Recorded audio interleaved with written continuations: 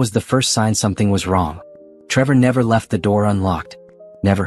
In our 8 years of marriage, he checked that lock twice before bed every single night, even after I'd already checked it myself. Some habits you can't break, he always said. His grandmother got robbed twice back in the 70s and she'd raised him to be careful. Paranoid even. So when I turned the handle and it opened without my key, my stomach dropped. "Trevor?" I called out, stepping into the foyer. My heels clicked against the marble we'd saved 3 years to afford. "Baby, you home?" Music drifted from upstairs. Not Trevor's usual jazz, but something else. Pop music. Loud. I set my purse and laptop bag on the console table and started up the stairs, my heart beating faster with each step. The music was coming from the guest bedroom, the one we barely used except when my father visited twice a year. The door was open.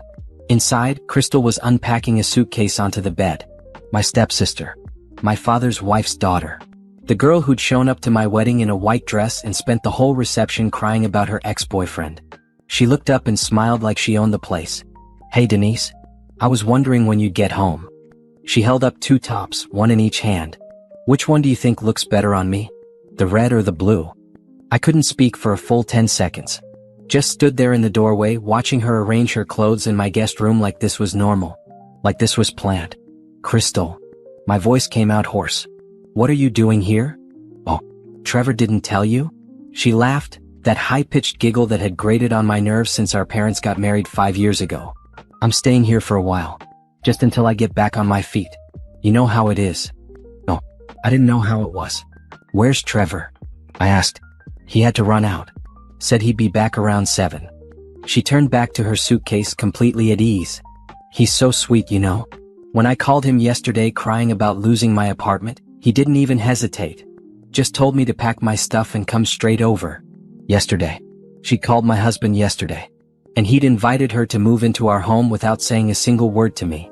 I backed out of the room and walked to our bedroom in a daze. Pulled out my phone. 12 missed calls to Trevor over the past hour while I was in my final meeting. No response. I tried again. Straight to voicemail. I sat on the edge of our bed, the king-sized one with the cream-colored duvet I'd picked out from that boutique store in Brooklyn, and tried to breathe. Tried to think of a rational explanation. Maybe he'd tried to call me during my meeting. Maybe this was just a miscommunication. Maybe Crystal had exaggerated her situation and Trevor, being the kind man I'd married, had offered help without thinking it through. We talk about it tonight. Set some boundaries. Figure out how long a while meant and make sure it wasn't more than a week or 2. That's what I told myself. But something felt wrong. Terribly, deeply wrong. I'd never liked Crystal. It wasn't just that she was younger and prettier in that effortless way that made me feel like I had to work twice as hard. It wasn't even that she'd always competed with me for my father's attention, even though he wasn't her real father and she had a perfectly good dad of her own who sent child support for years. It was the way she looked at Trevor. I'd noticed it at family dinners. How she'd lean too close when he talked. How she'd laugh too loud at his jokes. How she'd touch his arm just a second too long when she asked him to pass the salt. Trevor always acted like he didn't notice. "She's just friendly," he'd say when I'd mention it. That's how young people are now. Touchy-feely. It doesn't mean anything. I let it go. Told myself I was being paranoid. Insecure. Now she was sleeping down the hall from us. I heard her laughing downstairs. Heard her open the refrigerator, my refrigerator, and the clink of glass. Was she drinking my wine? I walked to the window and looked out at our quiet street in Fort Greene. We'd bought this brownstone 3 years ago. Scraped together every dollar, worked extra hours, dreamed about the life we'd build here. Trevor had proposed to me on this very block 8 years ago, when it was still rough around the edges and we were just 2 kids in love with more dreams than money. Now a stranger was making herself at home in the space we'd built together. My phone buzzed. Finally. Trevor. "Hey babe, sorry I missed your calls. I'm grabbing dinner. Be home soon." That was it. No explanation. No, by the way, your stepsister is moving in. Nothing. I called him back immediately. "Denise, I'm in the drive-thru, can this wait?" "No, it can't wait." My voice was shaking. "Trevor, why is Crystal in our house?" Silence. Then a sigh. "I was going to talk to you about it tonight." "Talk to me?" "She's already here, Trevor. She's unpacking. In our guest room. You invited someone to live in our house without asking me first." "She didn't have anywhere else to go," he said, and I could hear the defensiveness creeping into his voice. That tone he used when he knew he was wrong but didn't want to admit it. "Her landlord kicked her out. She called me upset, crying. What was I supposed to do? She's family. She's not my family. She's my father's wife's daughter. There's a difference. Denise, come on. Don't be cold about this. It's temporary. How temporary? Another pause. A month. Maybe 2. Just until she finds a new place and saves up for a deposit. 2 months.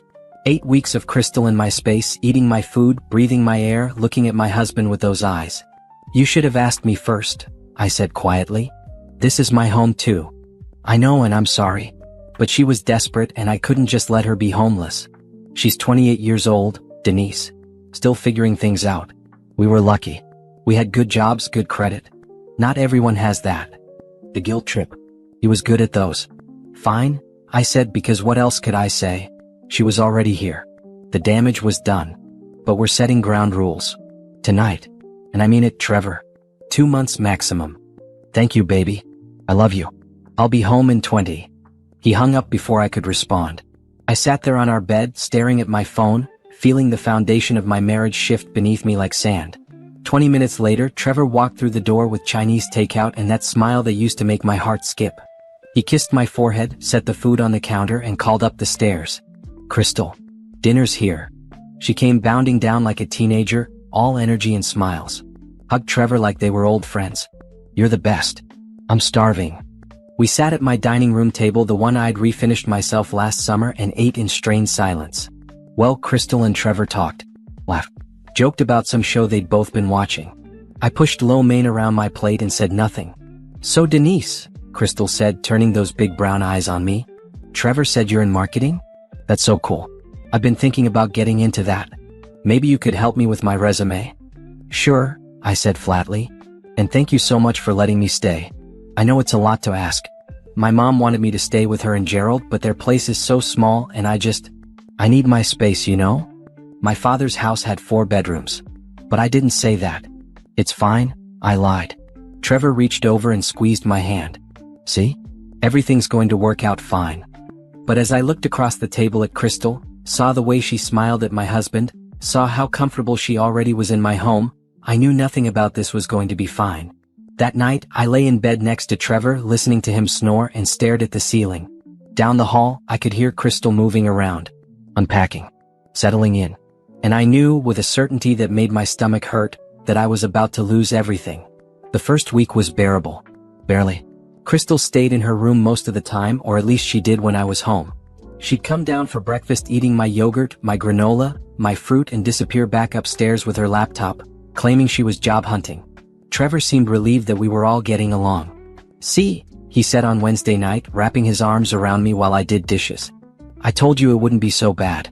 She's keeping to herself. I didn't mention that I'd found her hair in our bathroom that morning. Long, dark strands in the sink that weren't mine. When I asked Trevor about it, he shrugged. Maybe she used our bathroom when hers was occupied. We only had 2 bathrooms. The guest bathroom and our master. And she'd been the only one home. She needs to use her own bathroom, I said. Denise, come on. Don't be petty. It's just a bathroom. Petty. That's what he called it when I had boundaries. By the 2nd week, things started to shift. I came home on Monday to find Crystal cooking in my kitchen. The whole house smelled like her perfume, something floral and too strong mixed with whatever she was making on the stove. Hey, she said brightly. I made dinner. Trevor said you love shrimp pasta, so I thought I'd make some for everyone. Kind of a thank you for letting me stay. My favorite dish. The one I made for special occasions. She was cooking it in my house with my groceries like she was the woman of the house and I was just visiting. That's nice, I managed. Trevor will be home late tonight. He has a work thing. Oh, I know, she said, stirring the pot. He texted me. He texted her. My husband texted my stepsister to tell her he'd be late, but he hadn't texted me. I checked my phone. Nothing. Well, I already ate, I lied. I had a late lunch. But you go ahead. I went upstairs, closed our bedroom door, and called Rochelle. She picked up on the first ring. Girl, what's wrong? You never call on a Monday. Rochelle Davis had been my best friend since sophomore year at Howard. She was a corporate attorney now, sharp as a blade, with no patience for nonsense. She'd hated Trevor from day one, said he was too smooth, but she'd supported our marriage anyway because she loved me. Crystal moved in, I said. Your stepsister? The one who wore white to your wedding. That's the one. When did this happen? 2 weeks ago. Trevor invited her without asking me. She's living in our guest room. Silence. Then, Denise. No. It's just temporary. That's what they all say. How long is temporary? 2 months. 2 months? Girl, you need to get her out of your house. Today. I can't just kick her out. Trevor would. Trevor would what? Get mad? So what? That's your house too. You pay half that mortgage, don't you? I pay more than half, I admitted quietly. I made more than Trevor. Always had. Senior marketing director at a Fortune 500 company, while he ran his own small real estate development company that had more ambition than profit. Then you have every right to say who lives in your house. Denise, I'm serious. This is not going to end well. She's just staying until she gets back on her feet. Famous last words. Listen to me. Watch them. Both of them. Because if your husband is the type to invite another woman into your home without asking you first, he's capable of a lot more than you think. I wanted to argue. Wanted to defend Trevor. But I couldn't. I'll keep my eyes open, I promised. Do that. And call me if anything else happens. Anything. I hung up and sat on my bed listening to Crystal laugh downstairs. Listening to her move around my kitchen like she belonged there. When Trevor got home at 9, I heard them downstairs. Talking. Laughing. She'd saved him a plate of pasta. He never came upstairs to say hello to me first. The 3rd week I started noticing bigger changes. Crystal had stopped job hunting. Every time I asked her about it, she had an excuse. The job market was tough. She was waiting to hear back from a few places. She wanted to take some time to figure out what she really wanted to do. Meanwhile, she was making herself more and more comfortable in my house. She started doing Trevor's laundry. I came home one Thursday to find her folding his clothes in the living room, laughing at something on her phone. When I asked her about it, she shrugged. He mentioned he was behind on laundry, so I figured I'd help out. You know, to earn my keep. I do his laundry, I said. I know, but you work so much. I have the time, so why not? She smiled at me.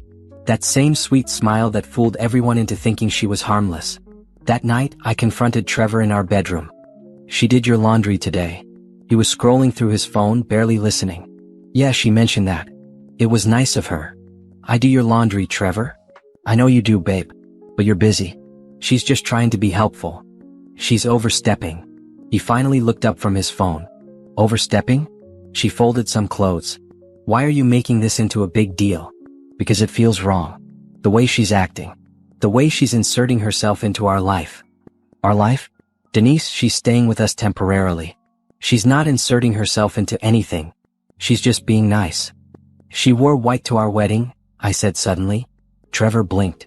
What does that have to do with anything? She wore white to our wedding, Trevor. On purpose. To get attention. She's always been like this. Always trying to compete with me, always trying to take what's mine. Now you're being paranoid. She wore white because she didn't know better. She was young. She was 21. She knew better. Trevor sighed and went back to his phone. I'm not doing this with you. You're stressed from work and you're taking it out on Crystal. She's been nothing but respectful and helpful, and you're treating her like she's the enemy. Maybe she is. He didn't respond to that. Just kept scrolling. I turned away from him and pretended to read a book, but the words blurred on the page. That weekend, I worked late on Saturday. A big client presentation on Monday. When I got home at 8, I found Trevor and Crystal watching a movie in the living room. My living room. On my couch. They were sitting close. Too close. Hey babe, Trevor said without looking away from the screen. There's pizza in the kitchen if you're hungry. What are you watching? I asked. Some action movie, Crystal said. Trevor's been telling me I need to see it forever. Forever? They'd been having conversations about movies? For how long? I went to the kitchen, saw the pizza box, my favorite place, the one I'd taken Trevor to on our 3rd date, and felt something crack inside my chest. I didn't eat. Just went upstairs, closed the door, and lay in the dark. Trevor didn't come to bed until after midnight.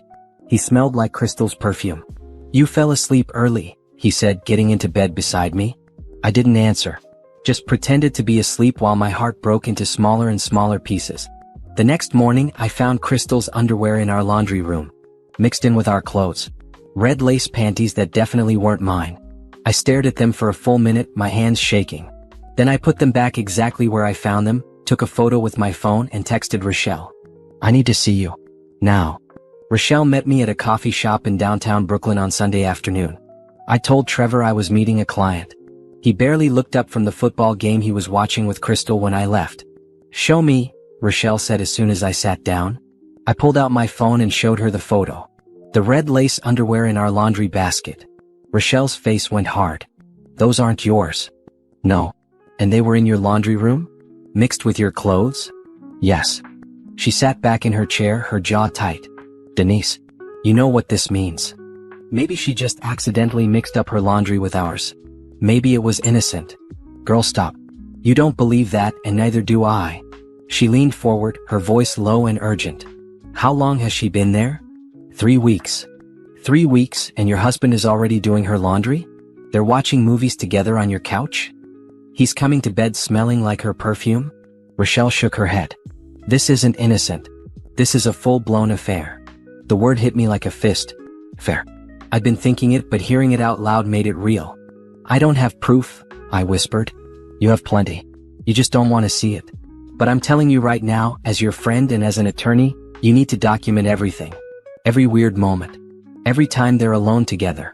Every piece of her clothing that ends up where it shouldn't be. Because when this blows up, and it will, you're going to need evidence." "Evidence for what?" "For your divorce." I flinched. "Rochelle, I'm not getting divorced. I love him." "Honey, I know you love him. But does he love you? Because a man who loves you doesn't move another woman into your home. He doesn't laugh with her on your couch while you're upstairs alone. He doesn't come to bed smelling like her." Tears burned my eyes. Maybe I'm wrong. Maybe I'm reading into things. "You're not wrong. Your gut is telling you something's off, and you need to listen to it. Promise me you'll start paying attention. Real attention. Not just hoping it'll go away." I nodded, wiping my eyes. "And promise me something else," Rochelle said. "Promise me that if you find proof, you'll let me handle it. Don't confront him alone. Don't confront her alone. You call me first. We do this smart." "Okay," I whispered. "I'm serious, Denise. These situations can get ugly fast. People do desperate things when they're caught. You need to protect yourself." I left the coffee shop feeling worse than when I'd arrived. Because deep down I knew Rochelle was right. That night I started watching them differently. I noticed how Crystal lit up whenever Trevor walked into a room. How she'd find excuses to touch him, his shoulder, his arm, his back. How she'd laugh at everything he said even when it wasn't funny. I noticed how Trevor smiled at her differently than he smiled at me. Softer. Warmer. I noticed how they'd stop talking when I entered the room, like I'd interrupted something private. On Tuesday, I came home early from work. I'd had a headache all day and decided to leave at 3 instead of staying until 6. The house was quiet when I walked in. Too quiet. "Trevor?" I called out. No answer. His car was in the driveway. He was home. I walked upstairs slowly, my heart pounding. Heard voices coming from the guest bedroom. Low voices. Intimate voices. I stood outside the door, my hand on the knob, and listened. "Can't keep doing this," Trevor was saying. "Why not?" Crystal's voice playful. "She doesn't know. She's so busy with work, she barely notices we're alive." "That's not true. She notices.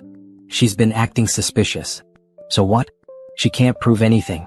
And even if she could, you told me you were planning to leave her anyway. That the marriage has been dead for years." My breath caught in my throat. "I know, but the timing. The timing is perfect. I'm already here. We're already spending every day together. Just admit that you love me, Trevor. Admit that you want to be with me instead of her." Silence. Long, agonizing silence. Then, "You know I do." My knees almost gave out. I grabbed the door frame to keep from collapsing. "Then let's stop hiding," Crystal said. "Let's tell her. Tonight. Get it over with." "Not tonight. I need more time. Need to figure out the finances. She makes more money than I do, and if we divorce, you'll get your half of the house. You'll be fine. We'll be fine." I couldn't listen anymore. Couldn't breathe. I turned and walked back downstairs as quietly as I'd come up. Got in my car. Drove to Rochelle's office. She took one look at my face and closed her office door. "Tell me," she said. I told her everything I'd heard. Every word. By the time I finished, I was sobbing so hard I couldn't catch my breath. Rochelle handed me tissues and let me cry. Then she sat across from me, her face set in stone. "Okay," she said. "Here's what we're going to do. You're not going to confront them. Not yet. You're going to go home, act normal, and let them think they're getting away with it. Meanwhile, I'm going to start building your case." "What case?" "Your divorce case. Denise, this is adultery. In New York, that matters. It means you can file for a fault-based divorce. He won't get half of anything. Not the house. Not your retirement. Nothing. I don't want to divorce him, I said, even though I knew it was over. I just want my life back. Your life with him is over. It was over the moment he moved her into your house. Now we're going to make sure that when this ends, you're the one left standing. Not him. Not her. You. I nodded numb. Go home, Rochelle said gently. Act normal. And tomorrow we start gathering evidence. I drove home in a daze. Walked back into my house, the house that no longer felt like mine, and found Trevor cooking dinner in the kitchen. Crystal was setting the table. They both looked up when I came in, all smiles. Hey babe. Trevor said. Feeling better? Crystal said you came home early. So she told him. They'd known I was here. Yeah, I said. Just a headache. I went for a drive to clear my head. Well, dinner's almost ready. We made your favorite. Chicken and rice. We ate together like a happy family. Trevor and Crystal talked about their day together while I pushed food around my plate and smiled at the right times. And all I could think was, they're planning to tell me tonight. They're going to sit me down and tell me Trevor wants a divorce so he can be with her. But they didn't. Dinner ended. We cleaned up. Trevor and Crystal went back to watching TV while I went upstairs to shower. And I realized they weren't going to tell me tonight. Or tomorrow night. Or the night after that. They were going to keep lying. Keep sneaking around in my house. Keep making a fool of me. Trevor wanted more time to figure out the finances. He wanted to make sure he'd get his half of the house before he left me. That's when something inside me shifted. The heartbreak turned into something else. Rage. Pure, cold rage. I looked at myself in the bathroom mirror and barely recognized the woman staring back. For 3 weeks I'd been losing myself. Losing sleep, losing weight, losing my mind, trying to make sense of what was happening in my own home. No more. If Trevor wanted to play games, I'd play too. But I'd play to win. I grabbed my phone and texted Rochelle. You're right. I'm ready. Let's take them down. The next morning I woke up with a purpose. Trevor and Crystal thought they were so clever, sneaking around behind my back.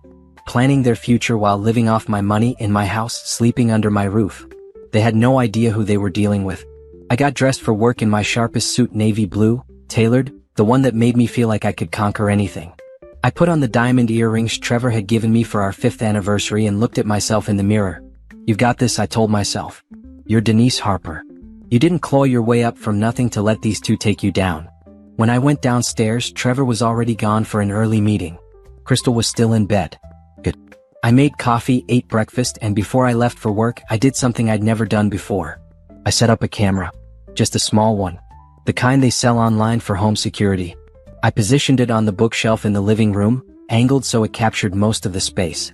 Then I downloaded the app on my phone so I could watch the feed from anywhere. Rochelle had given me clear instructions. Document everything, she'd said. But do it legally. No recording in bedrooms or bathrooms. Just common areas. We need to catch them in the act without breaking any laws. At work I couldn't focus. Every 10 minutes I checked my phone, watching the camera feed. Crystal woke up around 10. Made herself breakfast in my kitchen. Did her nails in my living room. Scrolled through her phone like she didn't have a care in the world. Then around noon Trevor came home. I watched them hug in the foyer. Watched her kiss his cheek. Watched them move to the couch. They sat close. Too close. His arm around her shoulders. Her head on his chest.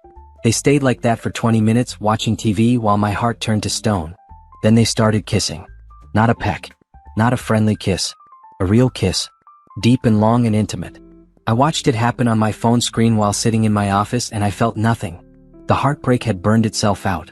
All that was left was cold, calculated determination. I took screenshots. Sent them to Rochelle. Her response came back immediately. Perfect. Keep recording. We need more. Over the next week, I became someone I didn't recognize.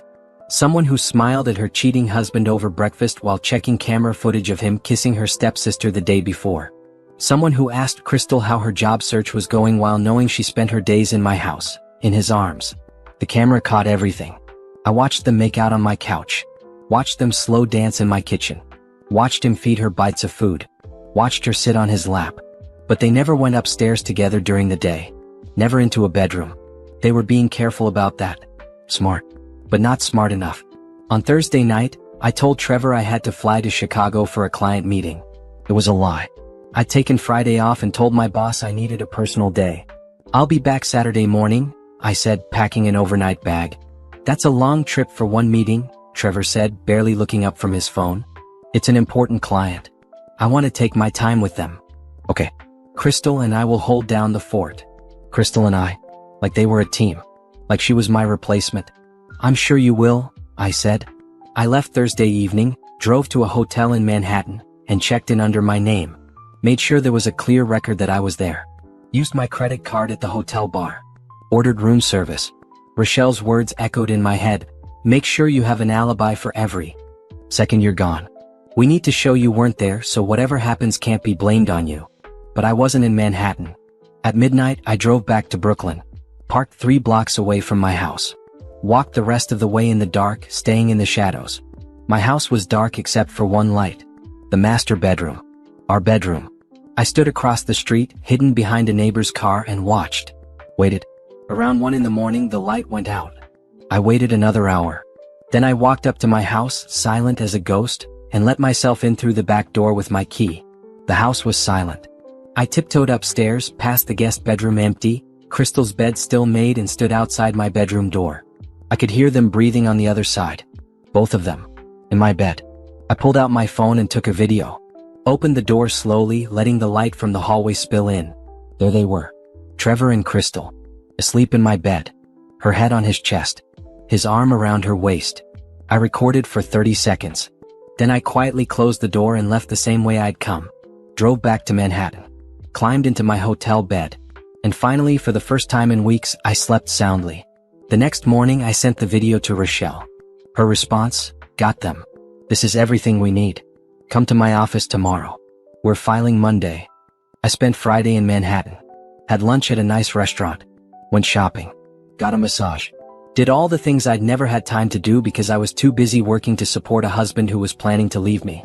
Saturday morning, I drove home. Trevor and Crystal were in the kitchen when I walked in, cooking breakfast together like a couple. Hey babe, Trevor said, kissing my cheek. How was Chicago? Productive, I said, smiling. Really productive.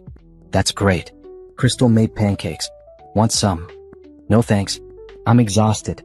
I'm going to take a nap. I went upstairs to our bedroom, the one they'd shared 2 nights ago, and looked at the bed.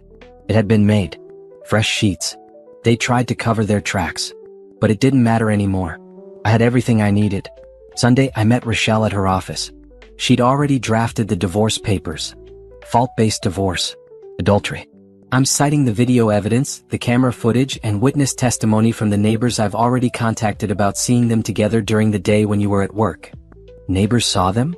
Mrs. Patterson across the street. She's a retired teacher. Very observant. Very willing to testify. She's seen them kissing on your porch, holding hands on walks around the block. She thought it was strange that your sister was so affectionate with your husband. I'd forgotten about Mrs. Patterson. She was always outside, tending her garden, watching the neighborhood. We're also going after the house, Rochelle continued. You purchased it before you got married, then added his name to the deed after the wedding. That was your mistake. But we can argue that since he committed adultery, he forfeits his claim. New York law allows that. What about his business? What business? The one that's been losing money for 3 years? The one you've been bankrolling with your salary? Rochelle smiled. Let him have it. It's worthless. We're going after the real assets. The house, your retirement accounts that he never contributed to, and we're making sure he pays for his own attorney. Plus, we're requesting that Crystal be evicted immediately as she's not on the lease and is actively contributing to the dissolution of your marriage. How long will this take? We file Monday. He'll be served Tuesday. And Denise. She looked me in the eye. This is going to get ugly. He's going to be angry. She's going to be vindictive. Your father might get involved because of Donna. Are you ready for this? I thought about the last month. The lies. The betrayal. The way they'd stolen my peace in my own home. I'm ready, I said. Monday morning, I woke up and got dressed for work like it was any other day. Trevor was still asleep. Crystal was in the guest room.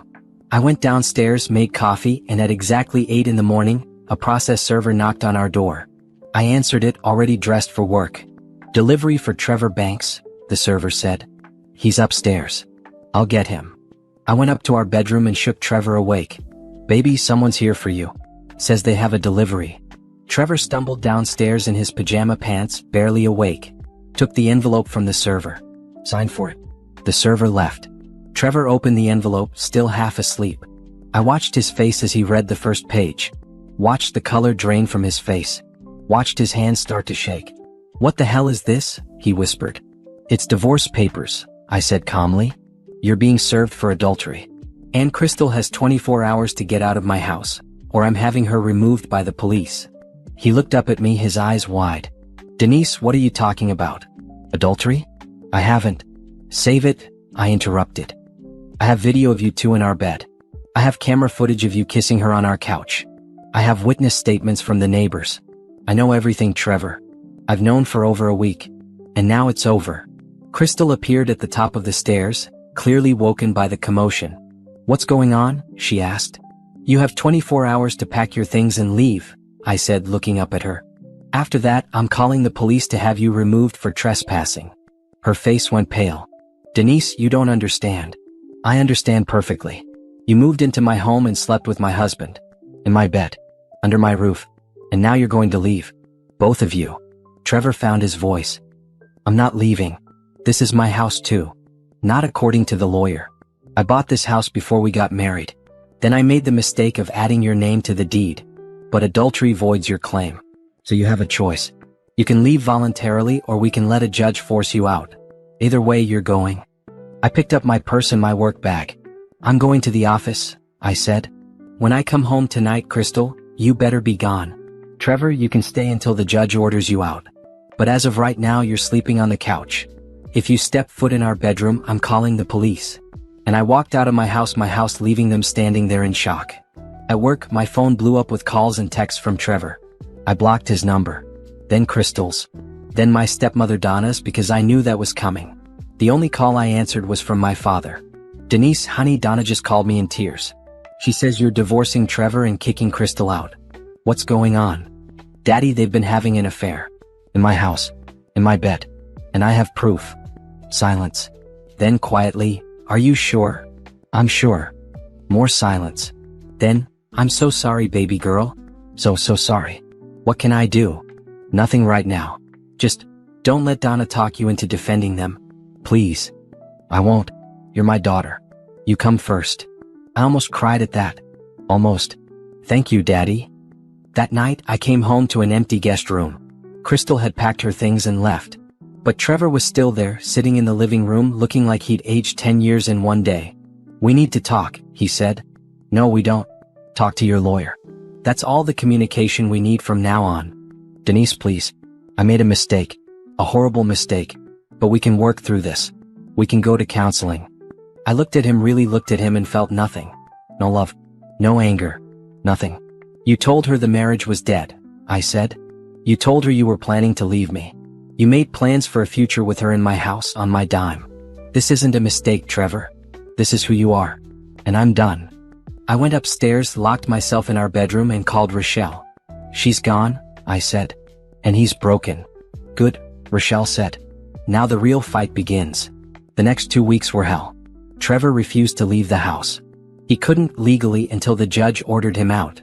So we lived in the same space like hostile strangers. He slept on the couch. I slept in our bedroom with the door locked. We didn't speak unless we had to. Every morning, I'd wake up and find him already gone, hiding out at his office or a friend's house. Every evening, I'd come home from work and he'd already be back, looking more defeated than the day before. Good. His lawyer wasn't as good as Rochelle. Couldn't be. Because the evidence against him was overwhelming. My lawyer had submitted the video of them in our bed. The camera footage of them kissing on our couch. Mrs. Patterson's sworn statement about seeing them together while I was at work. The photos of Crystal's underwear in our laundry. Cell phone records showing hundreds of texts between them at all hours of the day and night. Trevor tried to argue that it was all circumstantial. That the video didn't prove they'd slept together, just that they'd fallen asleep in the same bed. That the kissing could have been friendly. The judge wasn't buying it. Meanwhile, Crystal had moved back in with her mother and my father. I'd been getting angry texts from Donna for days before I finally blocked her too. But my father called every other day to check on me. To tell me he was proud of me for standing up for myself. To say that he'd always loved Crystal like a daughter, but what she'd done was unforgivable. "Her mother is making excuses for her," he told me one night. "Saying you overreacted. That Trevor was the one who seduced Crystal. That she's the victim here. Do you believe that? I asked. No. I know my daughter. You don't lie. If you say you have proof, you have proof. And I know Crystal. She's always wanted what other people have. Including you. It felt good to hear him say that. To know he was on my side. Donna's not happy with me, he continued. We've been fighting about it. She wants me to convince you to drop the divorce. To give Trevor another chance. Are you going to? No. I told her that you're my daughter, and if she can't support you, then we have a problem. Daddy, don't let this ruin your marriage. He was quiet for a moment. Then, baby girl, any marriage that's built on choosing sides against my own daughter isn't a marriage worth keeping. 2 weeks after I filed for divorce, my father filed for divorce too. When he told me, I cried. Not because I was sad, but because I was relieved. Relieved that he was choosing me. That he saw through Crystal and Donna's lies. You don't have to do that for me, I said through tears. I'm not doing it for you. I'm doing it for me. I married Donna because I was lonely after your mother died. But I've spent the last 5 years walking on eggshells, watching her spoil Crystal, watching Crystal manipulate everyone around her. I should have left years ago. I'm sorry, Daddy. Don't be sorry. Be strong. That's all I need you to be. At work, things were getting better. My boss, Lawrence Porter, had noticed I was going through something. He pulled me aside one afternoon and asked if I was okay. I told him the truth. Maybe I shouldn't have, but I was tired of pretending. Tired of acting like my life wasn't falling apart. He listened without interrupting. Then he said something I'll never forget.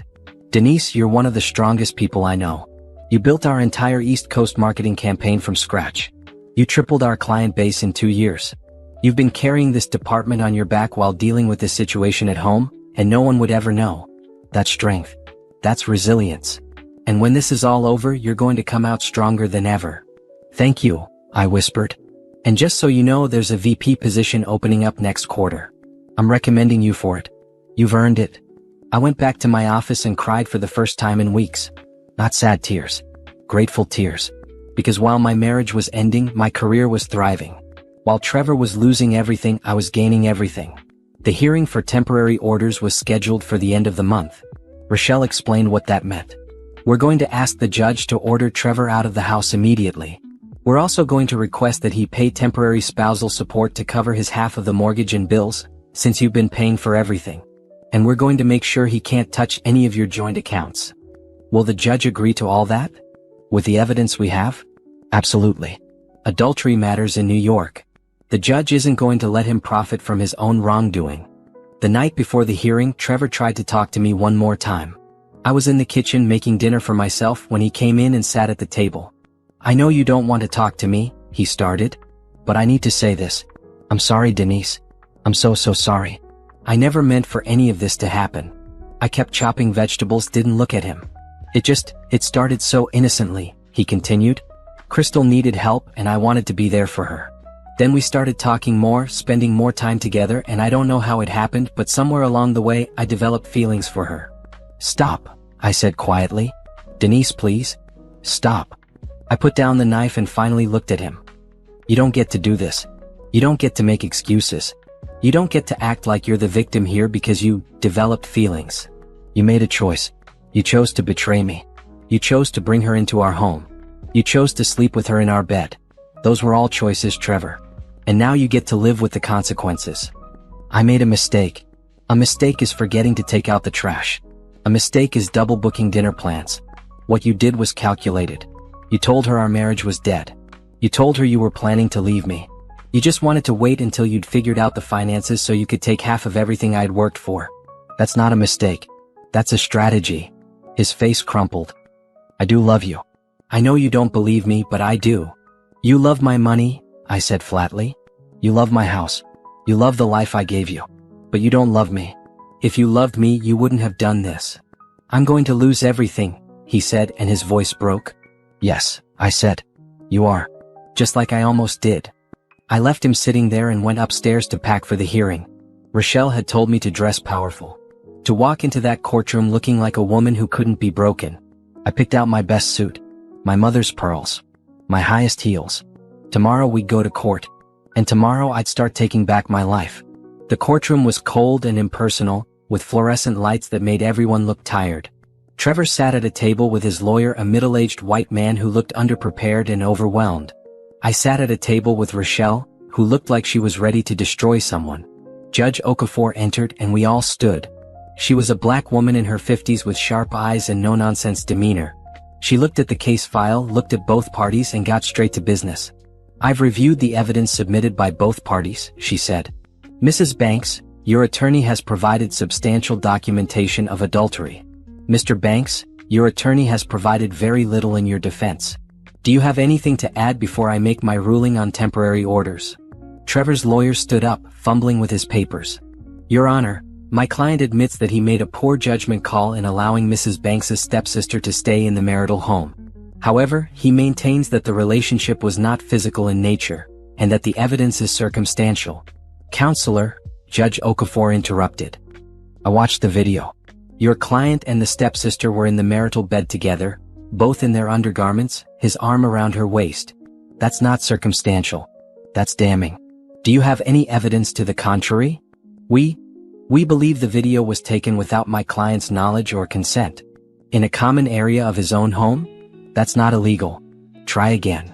Trevor's lawyer sat down, defeated. Judge Okafor turned to Rochelle. "Counselor Davis, you're requesting that Mr. Banks be removed from the marital home immediately, is that correct?" "Yes, Your Honor. The home was purchased solely by Mrs. Banks prior to the marriage. She then made the mistake of adding Mr. Banks to the deed after their wedding. Given his adultery and the emotional harm he's caused by conducting an affair in their shared home, we're requesting immediate possession of the property and asking that Mr. Banks forfeit any claim to it." "Granted," Judge Okafor said without hesitation. "Mr. Banks, you have 72 hours to remove yourself and your belongings from the marital home. You are not to return to the property without Mrs. Banks's express permission or a police escort." Trevor's face went white. "Furthermore," the judge continued, "I'm granting Mrs. Banks exclusive use of all joint bank accounts until the final divorce decree. Mr. Banks, you may petition for spousal support, but given the circumstances of this case, I'm not inclined to grant it. You committed adultery. You don't get to profit from that." "Your Honor," Trevor's lawyer tried, "my client has no income." Then perhaps he should have thought of that before he had an affair with his wife's stepsister. In their marital bed. In their home. Judge Okafor looked directly at Trevor. "Mr. Banks, you made your choices.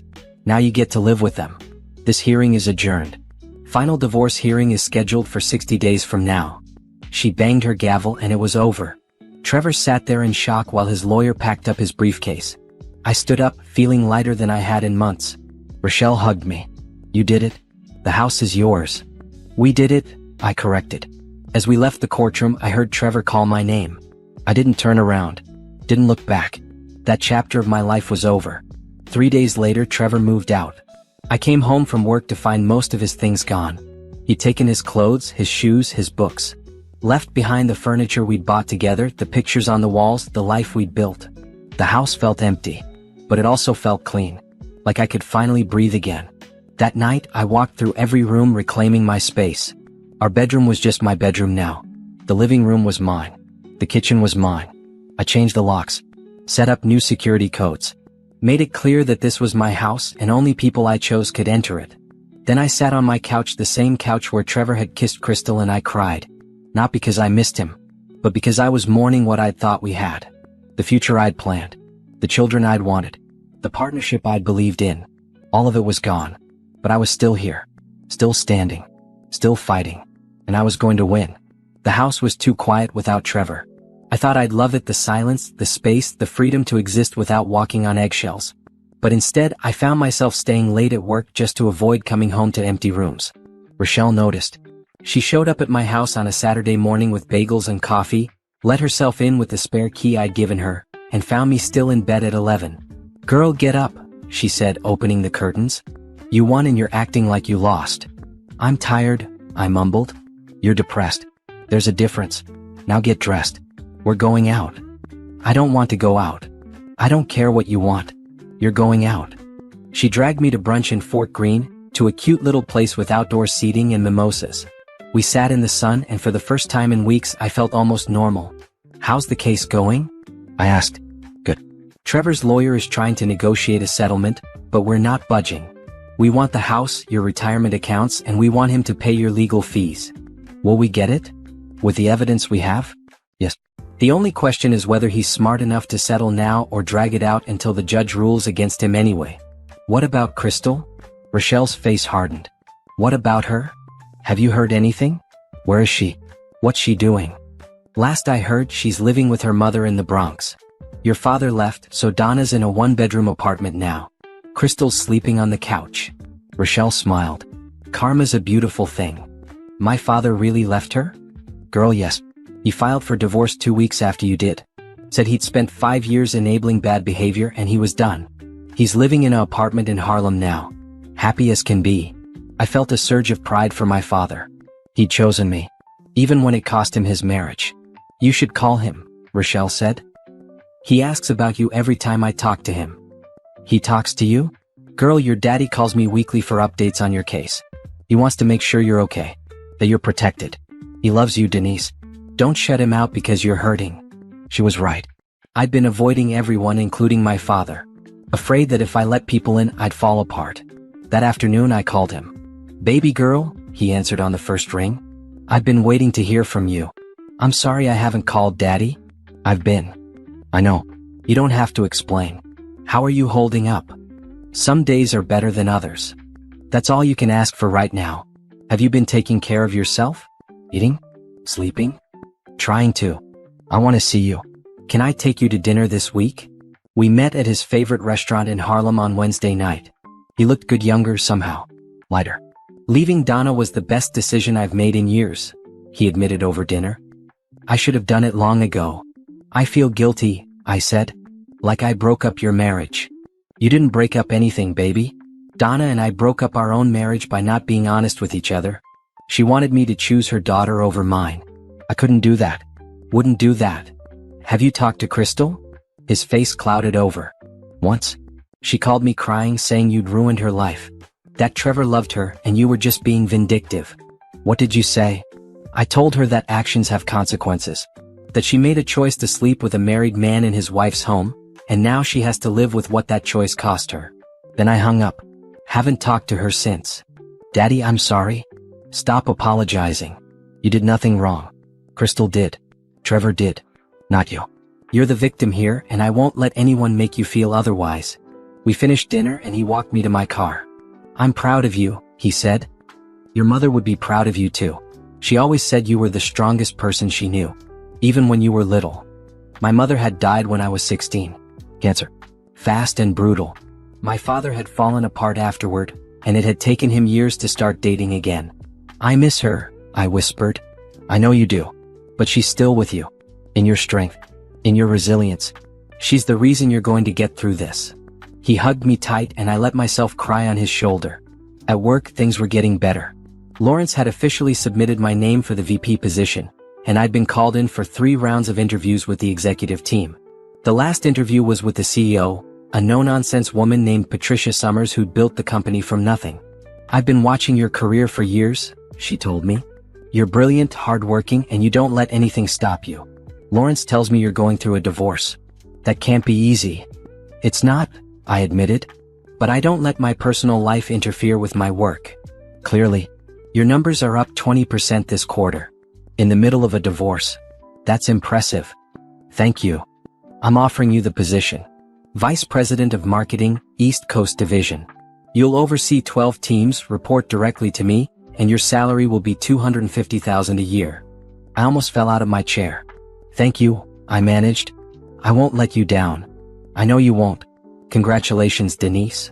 I left her office in a daze. Called Rochelle immediately. Girl, I just got promoted to VP. Shut up. Denise, that's amazing. $250,000 a year, Rochelle. 250. You deserve every penny. And you know what this means. What? Trevor can't touch it. That salary is yours alone. Post-separation income. He has no claim to any of it. I'd never thought about that. Trevor had always resented that I made more money than him. Had always made little comments about it. Now I was making more than double what he'd ever made and he couldn't do anything about it. This is your year, Rochelle said. You lost a bad husband but you gained yourself back. And you're thriving. That night I came home to my empty house and didn't feel lonely. I felt free. I poured myself a glass of wine, put on music, and danced in my living room like nobody was watching. Because nobody was. This was my space, my life, my rules. The final divorce hearing was scheduled for 2 weeks later. Trevor's lawyer had tried to negotiate a settlement, but we'd refused. He wanted half the house, half my retirement, and spousal support. We were offering him nothing. Let the judge decide, Rochelle had said. He committed adultery. He's not entitled to anything. The day of the hearing, I dressed in my power suit again. My mother's pearls. My highest heels. Trevor was already in the courtroom when I arrived. He looked terrible, like he hadn't slept in weeks. Good. Crystal was there too, sitting in the back of the courtroom. She had the nerve to show up. I ignored her. Kept my eyes forward. Judge Okafor entered and we all stood. We're here for the final divorce decree of Banks versus Banks, she said. I've reviewed all submitted evidence and both parties' financial disclosures. Mr. Banks, you're requesting 50% of the marital home, 50% of Mrs. Banks's retirement accounts, and $5,000 a month in spousal support. Is that correct? Trevor's lawyer stood. Yes, Your Honor. And Mrs. Banks, you're requesting full ownership of the marital home, full ownership of your retirement accounts, and you're denying any spousal support. Correct. Rochelle stood. Correct, Your Honor. Mrs. Banks purchased the home prior to marriage with her own funds. She made the mistake of adding Mr. Banks to the deed after marriage, but given his adultery, we believe he forfeits any claim. Additionally, Mrs. Banks's retirement accounts were funded entirely by her salary. Mr. Banks never contributed. He's not entitled to any portion of them. And the spousal support? Judge Okafor asked. He committed adultery, Your Honor. He doesn't deserve a dime. Judge Okafor looked at Trevor. Mr. Banks, do you deny the adultery? Trevor stood up, shaking. Your Honor, I made a mistake. That's not what I asked. Do you deny that you had an affair with Mrs. Banks's stepsister in the marital home? Silence. No, Your Honor, he finally said. I don't deny it. Then you have no grounds for requesting anything. The home belongs to Mrs. Banks. The retirement accounts belong to Mrs. Banks. And you will receive no spousal support. Furthermore, you will pay Mrs. Banks's legal fees in full. That's $35,000. Trevor's face crumpled. Your Honor, I can't afford. You should have thought of that before you destroyed your marriage. This divorce is granted. You're free to go. She banged her gavel and it was over. Trevor sat there, defeated. His lawyer packed up quickly and left. I stood up, feeling lighter than air. Rochelle hugged me. You did it? It's over. It's over, I repeated and started to cry. Happy tears this time. As we left the courtroom, I saw Crystal standing by the door. She looked at me with hate in her eyes. You ruined our lives, she spat. I stopped. Looked at her. Really looked at her. No, I said calmly. You ruined your own life. I just made sure you couldn't ruin mine. And I walked past her out of the courthouse into the sunlight. Free. The weeks after the divorce were strange. I kept expecting to feel sad, to miss Trevor, to regret my decision. But I didn't. Instead, I felt relieved. Like I'd been holding my breath for months and could finally exhale. The house felt different now that it was officially, legally mine. I walked through it with new eyes, seeing all the things I'd compromised on because Trevor had wanted them. The gray couch I'd never liked. The heavy curtains that blocked too much light. The gallery wall of our wedding photos. I started making changes. First, I took down every single picture of Trevor. Every wedding photo, every anniversary shot, every vacation memory. Packed them all in a box and put it in the basement. Maybe one day I'd look at them without feeling anything. But not yet. Then I called an interior designer, something I'd always wanted to do but Trevor had said was too expensive. Her name was Simone, a stylish black woman in her 40s who took one look at my living room and said, "Girl, we're starting over." Over the next month, we transformed my house into something that felt like me. We replaced the gray couch with a deep burgundy velvet one. Swapped the heavy curtains for light, airy whites. Painted the walls warm, rich colors, burnt orange in the dining room, sage green in the bedroom, butter yellow in the kitchen. This is your fresh start, Simone said. Your space should reflect who you are now, not who you were with him. She was right. With every change, I felt more like myself. More grounded. More whole. My promotion to VP came with a new corner office, floor-to-ceiling windows, view of the Brooklyn Bridge. I decorated it with art from black women artists, photos of my mother and father, and a quote my mother used to say, She was unstoppable not because she did not have failures or doubts, but because she continued despite them. My team threw me a party to celebrate. Cards, flowers, champagne. My assistant, Monica, a sharp young woman fresh out of college, gave a speech about how much she'd learned from me in just 1 year. "You taught me that being professional doesn't mean being cold," she said. "That you can be kind and still be powerful. That women don't have to shrink themselves to succeed. Thank you for being the kind of leader I want to become." I cried during her speech. Couldn't help it. After the party, Lawrence pulled me aside. "You've handled this whole situation with remarkable grace," he said. "Most people would have fallen apart. But you thrived." "I had to," I said. "Falling apart wasn't an option." "Well, I'm proud of you. And I wanted to tell you something. We're opening a West Coast office next year. We need someone to head it up. Someone strong, someone strategic, someone who can build a department from scratch. I'm recommending you." "Lawrence, I just started as VP. And you're already exceeding expectations. Think about it. It would mean relocating to Los Angeles for a year, maybe 2. But the experience would be invaluable. And when you came back, you'd be next in line for my job when I retire. Los Angeles. A completely fresh start. A chance to rebuild not just my home but my entire life." "I'll think about it," I promised. That weekend, I met Rochelle for lunch at our favorite spot in Park Slope. "You're glowing," she said as soon as she saw me. "What happened?" "I got offered the West Coast position." "The what?" I explained everything. The new office, the opportunity, the potential to eventually become Chief Marketing Officer. "Denise, that's incredible. Are you going to take it?" "I don't know. It means leaving Brooklyn. Leaving my father. Leaving everything I know. It also means leaving all the bad memories behind. Starting completely fresh. No chance of running into Trevor at the grocery store or seeing Crystal at family events." She had a point. "I'm scared," I admitted. "Of what?" "Of being alone. Of starting over in a city where I don't know anyone. Of failing." Rochelle reached across the table and grabbed my hand. "Denise Harper, you are the strongest woman I know. You survived betrayal. You won your divorce. You got promoted in the middle of a crisis. You renovated your entire house by yourself.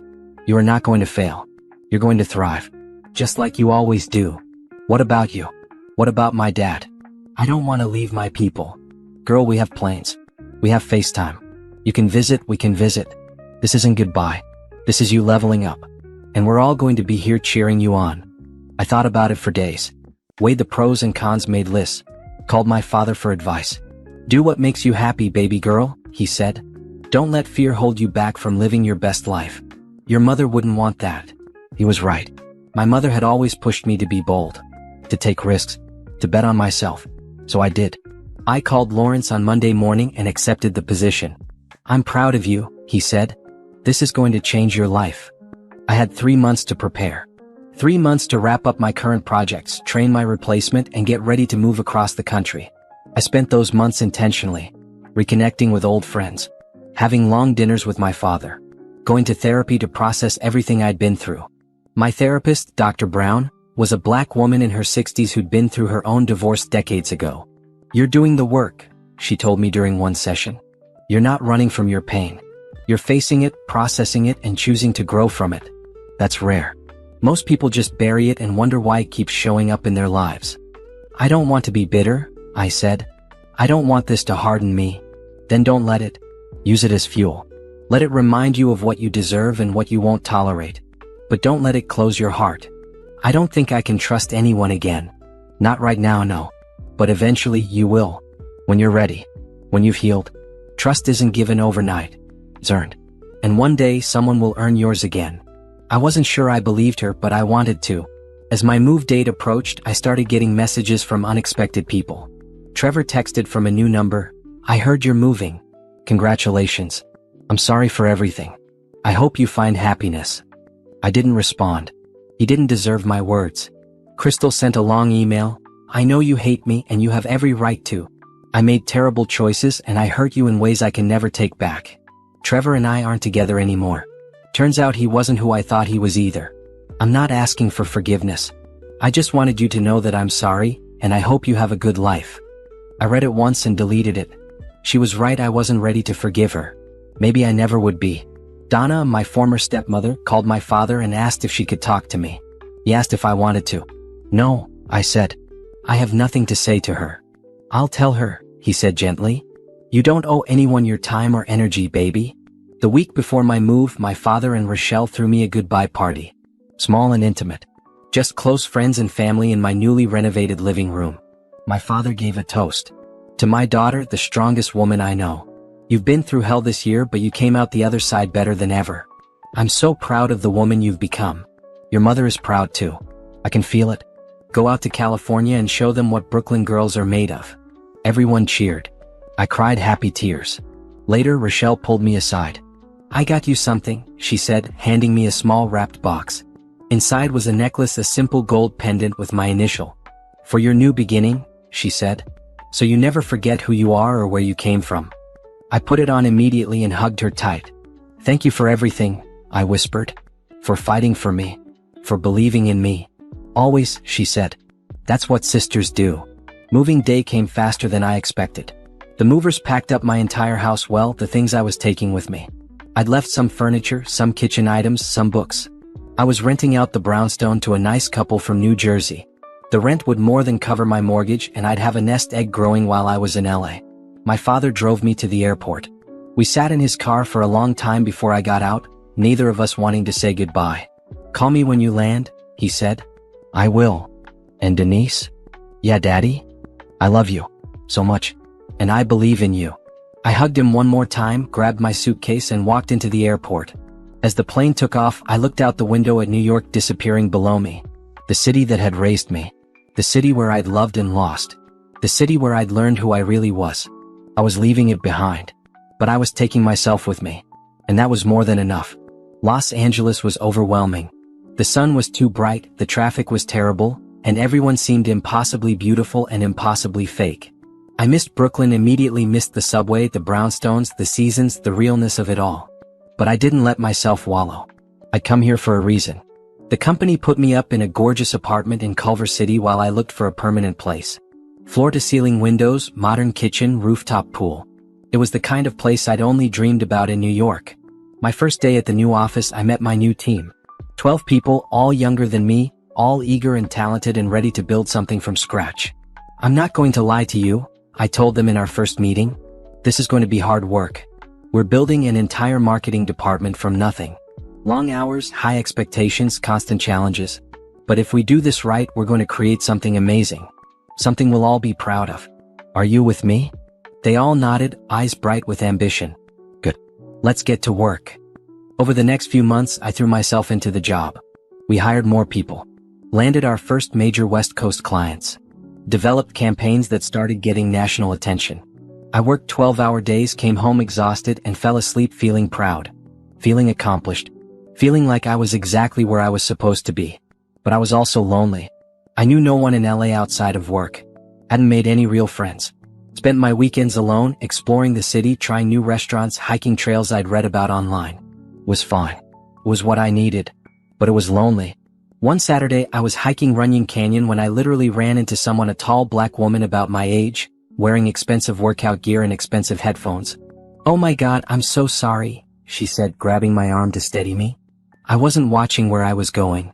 It's okay, I laughed. Neither was I. I'm Jasmine, she said, pulling out her earbuds. Denise. We ended up hiking the rest of the trail together. She was a television producer, originally from Chicago, had moved to LA 5 years ago for work. It's hard making friends here, she admitted. Everyone's so busy, so focused on their careers. I've been here 5 years and I can count my real friends on one hand. I've been here 2 months and I can count mine on 0 hands, I said. She laughed. Well, now you have one.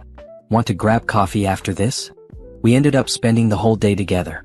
Coffee turned into lunch, which turned into shopping, which turned into dinner. By the end of the day, I felt like I'd known her for years. We should do this again, she said when she dropped me off at my apartment. I'd like that. And we did. Every Saturday we'd meet up. Hike, brunch, explore. She introduced me to her small circle of friends, other professional black women in their 30s, all navigating career and life and healing from various heartbreaks. For the first time since moving to LA, I didn't feel so alone. At work, things were going even better than expected. Our department was exceeding every metric. Lawrence called me monthly for updates, always impressed with our progress. You're doing incredible work out there, he said during one call. The board is taking notice. You're definitely on track for CMO when I retire. That's still years away, I said. 2 years actually. I'm retiring at 60. Which means you need to start thinking about whether you want to stay in LA or come back to New York. I hadn't thought that far ahead. Hadn't let myself imagine a future that permanent yet. I have time to decide, I said. You do. But just know that you have options, Denise. You've earned them. 6 months into my LA life, something unexpected happened. I met someone. His name was David Richardson. He was a lawyer at a firm we were working with on a contract negotiation. Tall, handsome, smart. The first time we met, I felt nothing. He was just another lawyer in a suit. But the second time, during a dinner meeting with clients, he made me laugh. Really laugh. The kind of laugh I hadn't experienced since before Trevor. After the meeting, he asked if I wanted to grab a drink. I said yes before I could overthink it. We went to a quiet bar in Santa Monica and talked for hours. About work, about life, about why we'd both ended up in LA.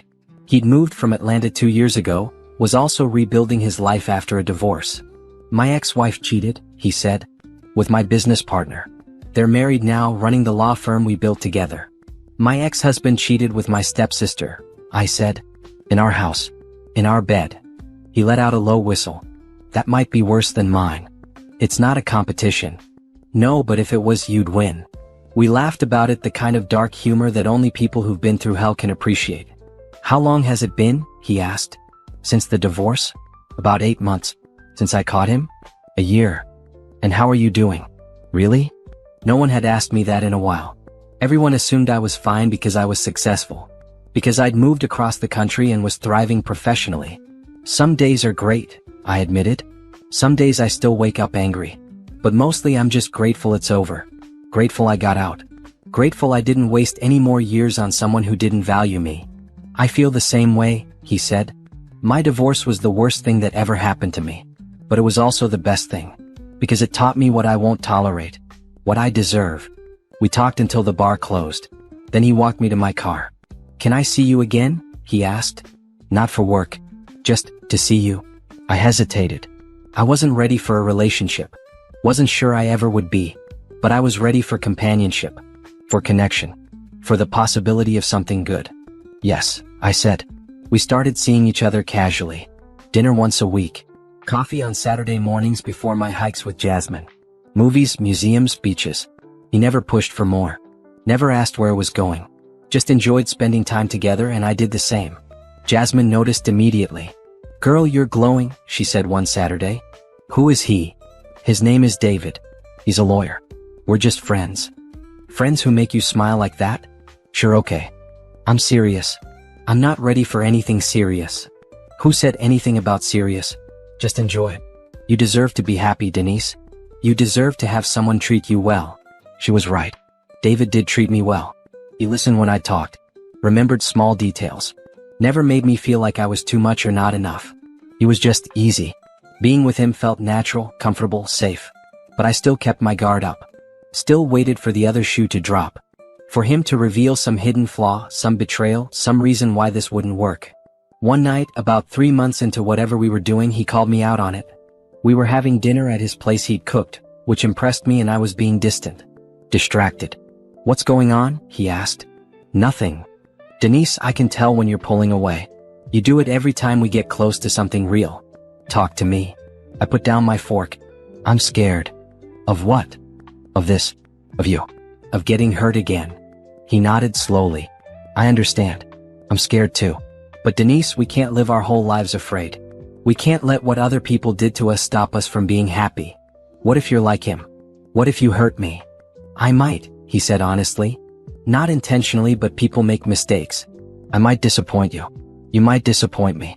That's part of being human. But I promise you this, I will never lie to you. I will never cheat on you. I will never disrespect you. Those are my non-negotiables. How do I know you mean that? You don't? Not yet. Trust takes time. But I'm willing to earn it if you're willing to give me a chance. I thought about what Dr. Brown had said. That eventually someone would earn my trust again. Maybe David was that someone. Okay, I said quietly. Let's try. But slow. As slow as you need, he promised. That night I called Rochelle. I met someone, I told her. She screamed so loud I had to pull the phone away from my ear. Tell me everything, I did. Told her about David, about how we'd met, about how slow and careful we were being. Denise, I'm so proud of you, she said. You're not letting Trevor ruin you. You're not letting what he did close your heart. That's huge. I'm trying. You're doing more than trying. You're healing. And you're doing it right. A year into my LA life, everything changed again. Lawrence called with news.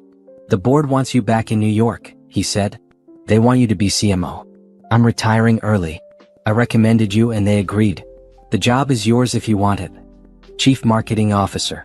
The job I'd been working toward my entire career. When would I start? I asked. 6 months. That gives you time to wrap up in LA, hire your replacement, transition everything smoothly. Can I think about it? Of course. But Denise, this is the opportunity of a lifetime. Don't let fear make the decision for you. I told David that night over dinner. That's incredible, he said. Chief Marketing Officer. You've earned it. But it means leaving LA. Leaving you. He was quiet for a moment. Then, is that what you want? To stay here? I don't know. I love LA. I love my life here. I love us. I love us too, he said. But Denise, this is your dream job. You can't turn it down because of me. We've only been together a few months. 8 months. 8 months. That's not long enough for you to sacrifice your career. Not for anyone. Not even me. So what do? We don't do anything yet. You think about what you want. What's best for you. For your career. For your future. And whatever you decide, I'll support it. Even if I leave? Even if you leave. I spent weeks thinking about it. Talking to my father, to Rochelle, to Jasmine, to Dr. Brown. Everyone said the same thing. Take the job. You can't build your life around a man, my father said. Not after everything you've been through. You have to choose yourself. He was right. I called Lawrence and accepted the position. Then I told David. He smiled even though I could see the sadness in his eyes. I'm proud of you, he said. You're going to be incredible. Come with me, I said suddenly. What? Come with me. To New York. There are plenty of law firms there. You could start over. We could build something together. Denise, I know it's fast. I know it's crazy. But I don't want to lose you. And I don't want to sacrifice my career either. So come with me. Please. He stared at me for a long time. Then he kissed me. Okay, he said. Let's do it. Moving back to New York felt like coming home and starting over at the same time. My brownstone in Fort Greene was still being rented, so I found a new place in Brooklyn Heights, a stunning condo with a view of Manhattan, 2 bedrooms, updated everything. David flew out to help me apartment hunt, and the moment we walked into this one, we both knew it was right. You're really doing this, I said as we signed the lease. You're really moving across the country with me. I really am, he said, pulling me close. I figure if I'm going to take a leap of faith, might as well do it with someone worth leaping for. My father met David for the first time over dinner in Harlem. I was nervous. My father had never been Trevor's biggest fan, even before everything happened, and I worried he'd be overprotective now. But he and David hit it off immediately. Talked about law, sports, and books. By the end of the night, my father pulled me aside. I like him, he said simply. He's steady. Honest. Good for you. Thanks, Daddy. Just promise me you're being smart this time. Protecting yourself. I am. We kept our finances separate. He's signing a prenup before we officially move in together. Rochelle's idea. Good. I'm proud of you, baby girl. You learned from your mistakes. Rochelle threw me a welcome home party at her brownstone in Bed-Stuy. All my old friends came, people I hadn't seen in over a year. It felt surreal being back in Brooklyn, surrounded by familiar faces. Look at you, Rochelle said, hugging me tight. Chief Marketing Officer. New man. New life. You did that. We did that, I corrected. I wouldn't have survived without you. That's what best friends are for. My first day as CMO was intimidating. The executive suite, the corner office with the massive desk, the assistant whose only job was to manage my calendar and make my life easier. It felt unreal. But I walked in wearing my power suit and my mother's pearls, and I owned it. The board introduced me to the company. I gave a speech about my vision for the marketing department, my goals for growth, my commitment to building diverse teams and authentic campaigns. Afterward, Patricia Summers, the CEO, pulled me aside. You're going to be great, she said. I've been watching your career since you were a junior marketing manager. You've worked harder than anyone and you've earned this seat at the table. Don't let anyone make you doubt that. Thank you, I said. That means everything. David passed the New York bar exam on his first try and got hired at a top firm in Manhattan. We fell into a routine, both of us working long hours, coming home exhausted, cooking dinner together, decompressing on the couch. It felt healthy. Like a real partnership. One night, about 6 months after we'd moved back to New York, we were having dinner when he said, "I need to tell you something." My stomach dropped. "What?" "I got a call today. From my ex-wife." I put down my fork. "Okay. She and my old business partner are getting divorced. Apparently he cheated on her. With someone else." "Karma?" I said flatly. "Yeah. She called to apologize. Said she made a terrible mistake. Asked if I'd consider taking her back." I felt my chest tighten. "And what did you say?" I said no. I told her I've moved on, that I'm in a relationship with someone who respects me, and that I hope she finds what she's looking for, but it's not with me. I exhaled slowly. Really? Really? Denise, I'm not going back to her. Ever. What we have is real. What I had with her was a lie. There's no comparison. I believed him. I didn't even have to think about it. "Thank you for telling me," I said. "Always," he said. "No secrets. That's the promise." 3 months later, we were having brunch with Rochelle and her new girlfriend when I saw them. Trevor and Crystal. They were at a table across the restaurant, looking miserable. Crystal looked like she'd aged 10 years, tired, defeated, worn down. Trevor looked the same. They hadn't seen me yet. "Don't look now," I whispered to David, "but my ex-husband and his mistress are across the room." David glanced over casually. "Want to leave?" "No," I said, surprising myself. "I'm fine. Let them see me." And a few minutes later they did. Trevor looked up and our eyes met. I saw the shock on his face, then the resignation. He said something to Crystal and she turned around and saw me too. I smiled, raised my glass, toasted them from across the room. Then I turned back to my people, David, Rochelle, Jasmine, who'd flown in from LA for the weekend, and continued my conversation like they didn't exist. Because they didn't. Not anymore. After brunch, Trevor approached me outside while David was getting the car. "Denise," he said, "can we talk? We have nothing to talk about. I just wanted to say I'm sorry. For everything. You didn't deserve what I did to you." "You're right. I didn't. But I'm glad it happened. Because it showed me who you really are. And it gave me the push I needed to become who I really am." "You look happy," he said quietly. "I am. Happier than I ever was with you. I heard you're CMO now. That's great. You always deserved that." "I know. Goodbye, Trevor." I walked away without looking back. David was waiting at the curb and I climbed into the car feeling lighter than I had in years. "You okay?" he asked. "Better than okay," I said. "I'm perfect." A year later my father got remarried. To a wonderful woman named Diane who he'd met at church. She was kind, funny, and completely different from Donna. She treated me like a daughter from day one, never tried to compete for my father's attention, never brought drama. The wedding was small and beautiful. My father looked happier than I'd seen him in years. During his speech he thanked everyone for coming, then turned to me. "To my daughter Denise, you taught me what real strength looks like. You showed me that sometimes the bravest thing you can do is walk away from something that's hurting you. I'm so proud of the woman you've become. I'm so grateful to be your father." I cried happy tears for the first time in a long time. At work I was thriving. Our revenue was up 40%. We'd landed 3 Fortune 100 clients. The board had given me a raise and more stock options. Patricia called me into her office one afternoon. "I'm stepping down in 2 years," she said. "I want you to be ready to take over as CEO." I almost fell out of my chair. "Patricia, you're the best person for the job. You're brilliant, you're strategic, and you care about people. That's what this company needs. Start thinking about it. Start preparing. Because in 2 years, this company is yours." That night I told David. "CEO," he said, shaking his head in amazement. "Denise Harper, CEO. Your mother would lose her mind right now. I wish she was here to see it." "She is," he said. "In everything you do. Every decision you make. She's so proud of you." "I know it." 6 months later, David proposed. We were having dinner at the same restaurant where we'd had our first date in LA. He got down on one knee right there in the middle of the dining room, and I said yes before he even finished asking. "I know we're doing this backwards," he said. "Living together first, building a life, then getting married. But I don't care about the order. I just care about you." The ring was perfect. Simple, elegant, exactly what I would have chosen.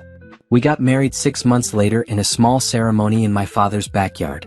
Just close friends and family. Rochelle was my maid of honor. Jasmine flew in from LA. My father walked me down the aisle and I wore my mother's pearls. David's vows made me cry. I promise to choose you every day, he said. Even on the hard days. Even when it's not easy. I promise to be honest, to be faithful, to be your partner in all things.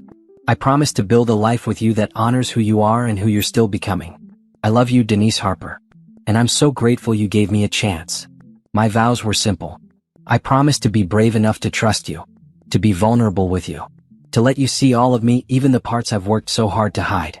I promise to choose us every day and to never take this gift for granted. I love you, David. Thank you for showing me what real love looks like. It was the happiest day of my life. At the reception, Rochelle gave a speech that had everyone laughing and crying. I've known Denise since we were 19 years old. I've watched her become the most incredible woman, brilliant, fierce, resilient, and kind. A few years ago, she went through hell. Someone she trusted broke her heart in the worst way possible. But she didn't let it break her. She got up, fought back, and built an even better life. And now, she's found someone who deserves her. David, you better take care of my girl. Because if you don't, I'm a lawyer, and I know how to make your life very difficult. Everyone laughed. David raised his glass. I wouldn't dream of crossing Rochelle Davis. Smart man, Rochelle said. My father's speech was shorter but just as meaningful. When Denise was born, I promised her mother I would always protect her. But what I've learned over the years is that Denise doesn't need protecting. She's strong enough to protect herself. What she needs is people who love her unconditionally, who support her dreams, who celebrate her wins and hold her up during losses. David, welcome to the family. Take care of my daughter. And Denise, I love you more than words can say. As David and I had our first dance, I looked around the yard at all the people who'd stood by me, who'd fought for me, who'd loved me through the worst time of my life. And I realized something. Losing Trevor wasn't the end of my story. It was the beginning. The beginning of me learning who I really was. What I really deserved. What real love actually looked like. He hadn't moved me into the gutter. He tried. But I'd climbed out, dusted myself off, and built a palace. And I'd moved him into irrelevance. Where he belonged. 2 years after my wedding, Patricia Summers retired. And I became CEO. The announcement was made on a Tuesday morning. My face was on the cover of Forbes, Black Enterprise, and Fortune. Denise Harper, the woman who turned heartbreak into empire. The article told my story: the divorce, the move to LA, the climb to the top. It was vulnerable and honest, and I'd been nervous about sharing so much. But the response was overwhelming. Hundreds of messages from women thanking me, telling me my story gave them courage, showed them they could survive their own betrayals and come out stronger. You're an inspiration, one woman wrote. My husband just left me for his secretary. I thought my life was over. But reading about you made me realize it's just beginning. That message made me cry happy tears. My first day as CEO, I walked into the building with my head high.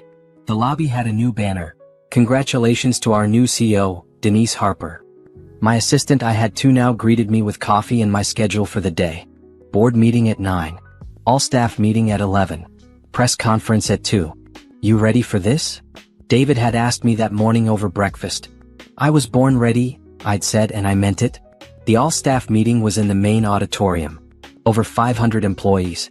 I stood at the podium and looked out at them, people of every age, every background, every level.